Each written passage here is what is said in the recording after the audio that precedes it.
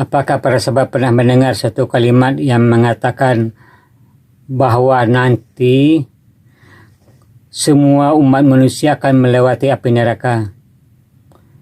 Di sana tidak dijelaskan melewatinya dari atas atau melewatinya di tengah-tengah masuk ke dalam api neraka langsung. Ketemu, hei kamu disesat ya, ketemu kalau orang lagi disesat di neraka. Atau apakah melewati di jalan khusus antara neraka jahanam dengan neraka yang sokar contohnya, sana tidak dijelaskan. Cuma dikatakan semua umat manusia nanti akan melewati api neraka.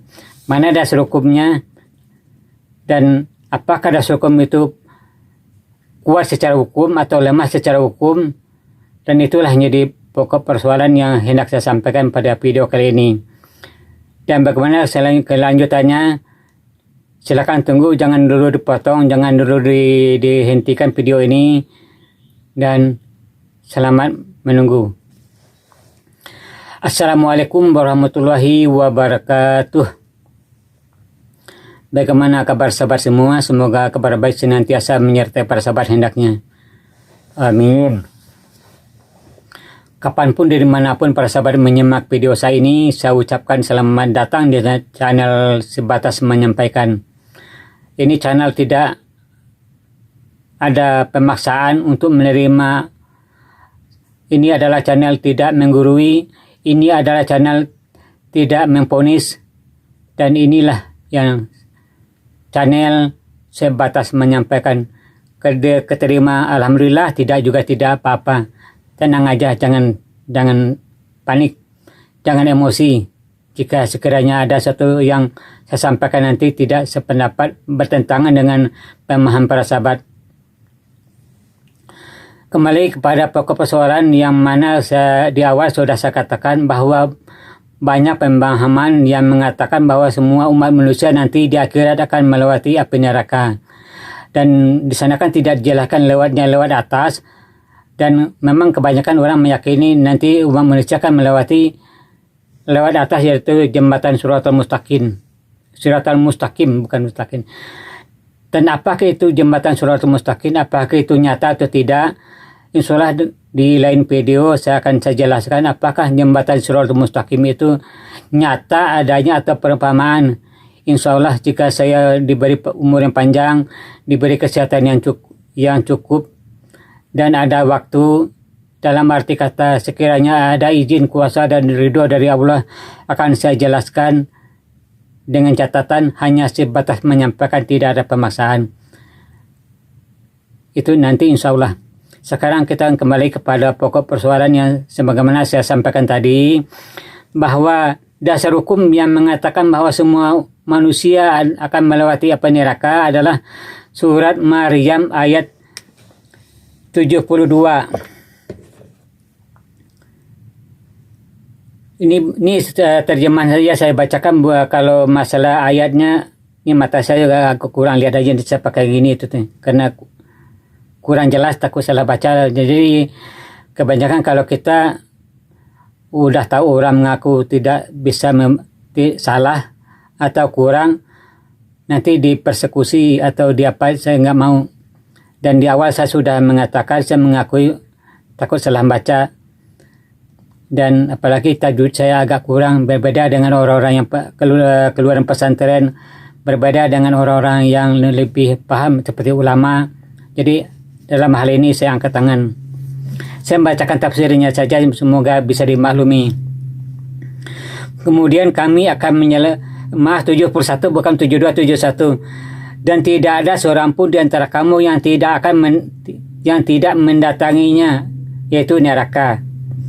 Hal itu bagi Tuhanmu adalah suatu ketentuan yang sudah ditetapkan. Berarti ini suatu ketetapan yang tidak bisa diganggu-gugat, pasti. Jadi masalah tidak ada satupun di antara kamu. Kamunya dia maksud siapa? Itu jadi pertanyaan. Kamu itu kan berarti kata majemuk, orang ketiga, sama dengan kalian, sama dengan, apalagi yang persamaan bahasanya itu kamu berarti bisa pribadi, bisa banyak orang.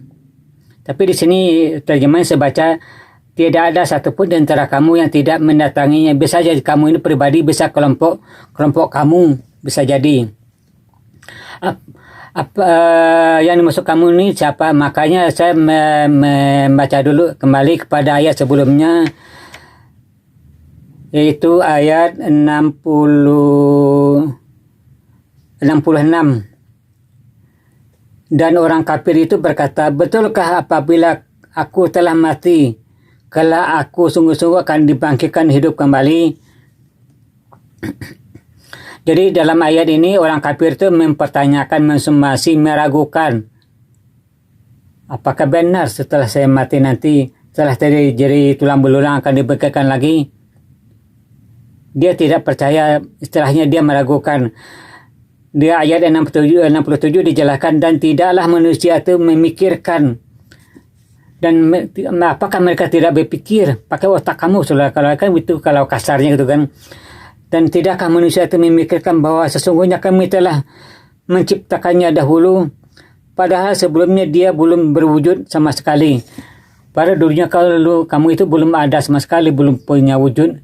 Gas tidak, badat juga tidak. Kemudian kami ciptakan kamu, kenapa kamu tidak berpikir? Dari tidak ada menjadi ada. Kami ciptakan kamu. Pakai otak kamu. Otak kamu ada di mana? Kotorannya, otak kamu ada di dengkul, katakan. Wong sinting, wong gemblung kan gitu. Tapi ini bahasa Jawa, bukan berarti saya. Memang itu bahasanya kan orang Jawa. Kemudian ayat 68 dikatakan, maka demi Tuhanmu, sungguh pasti akan kami kumpulkan mereka bersama setan. Jadi maka demi Tuhanmu, maka demi Tuhan berarti Allah mempertegas ke penyataannya kalimat ini dengan maka demi Tuhanmu, sesuai dengan ayat yang sebelumnya, maka demi Tuhanmu sesungguh itu sesuatu yang pasti yang tidak diragukan lagi, suatu pernyataan. Sungguh, jadi kalimat ini jangan diragukan lagi, suatu pernyataan yang benar-benar. Sungguh pasti akan kami kumpulkan mereka semua. Jadi mereka semua itu orang-orang yang tidak percaya pada hari akhir bersama setan. Kemudian pasti akan kami datangkan mereka ke sekeliling jahanam dengan berlutut. Kami mendatangkan mereka. Jadi dibawa mereka, diangkut ke sekeliling jahanam dengan berlutut berarti dengan tidak berdaya lagi, tidak punya kekuatan lagi, seperti Jepang diborbadir oleh Amerika, Nagasaki dan Hiroshima, akhirnya Jepang bertekuk lutut, jadi menyerah tanpa syarat. Ini disebut juga dengan berlutut berarti menyerah, tidak punya kekuatan lagi. Di ayat 69 dan 69 dikatakan, kemudian pasti akan kami tarik dari setiap golongan siapa di antara mereka yang sangat durhaka kepada Tuhan yang Maha Pengasih. Jadi pasti akan kami tarik, kami copot siapa di antara mereka yang paling sangat durhaka. Jadi dedengkongnya kata orang dulu itu kan. Jadi biang keroknya, tokoh masyarakatnya, pemuka kafirnya. Selanjutnya kami sungguh lebih mengetahui orang-orang yang seharusnya dimasukkan ke dalam neraka. Jadi di antara mereka juga mungkin tidak semua yang dimasukkan ke dalam neraka. Mungkin ada yang karena tidak tahu ikut-ikutan, ada yang dipaksa barangkali. Jadi dalam ayat 70 ini kami sungguh mengetahui orang-orang yang seharusnya dimasukkan ke dalam neraka. Ini secara hukum sah atau tidak? Dia itu dimasukkan dalam neraka sekalipun mereka ada di kelompok di kampung orang yang durhaka. Karena yang lebih mengetahuinya adalah Allah. Itulah pemahaman saya tentang ayat yang 70 tadi. Selanjutnya kami sungguh lebih mengetahui orang-orang yang seharusnya sepantasnya yang sah secara hukum. Kemudian ayat 71 dijelaskan lagi, dan tidak ada seorang pun di antara kamu yang tidak mendatanginya neraka itu. Jadi kamu di sini berarti orang-orang yang kafir tadi yang secara hukum sah dan meyakinkan, tidak ada keraguan kepada mereka bahwa mereka itu betul-betul kafir. Tidak ada kata ampun. Ini kalau pemahaman saya pribadi, yang disebut kamu ini adalah orang-orang yang kafir yang tadi, yang betul-betul kafir ya, dan secara hukum dinyatakan sah, tidak ada keraguan. Apakah para sahabat punya pendapat yang lain, silakan, itu hak pribadi pendapat, saya tidak memaksa. Dan toh yang menilai semuanya akhirnya adalah Allah, dan kepada Allah kembali segala urusan, dan Allah lah yang menilai. Hal itu bagi Tuhanmu adalah satu yang ketentuan yang sudah ditetapkan. Ini sudah ketentuan yang tidak bisa diganggu-gugat. Permanen, tek, kalau ibarat hakim mengetuk palu, tek, tek, tek. Dengan ini dinyatakan sah secara hukum, tidak bisa diganggu-gugat. Ayat 72, kemudian kami akan menyelamatkan orang-orang yang bertakwa dan membiarkan orang-orang zalim itu di dalam keadaan berlutut. Ini kayaknya sepertinya ada kaitan dengan ayat 70, ayat 72 ini dengan ayat 70. Selanjutnya kami sungguh lebih mengerti orang-orang yang seharusnya dimasukkan ke dalam neraka.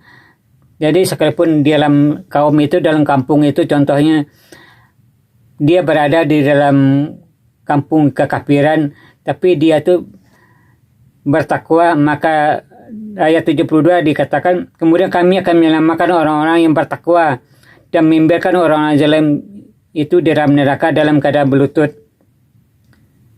Ini pemahaman saya pribadi. Sekiranya ada perbedaan penafsiran, perbedaan pemahaman, itu sekali lagi dan berulang saya katakan, itu kembali kepada penafsiran hak pribadi masing-masing.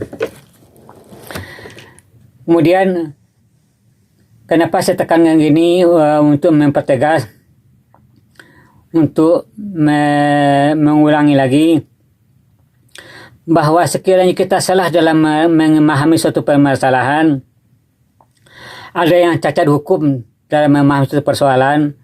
Ibarat kita membuat kapal atau membuat perahu, ternyata ada satu celah yang tidak ketutup sama kita, dalam arti kata si perahu itu ada yang bocor, dan yang bocor itu tidak sempat kita tutup.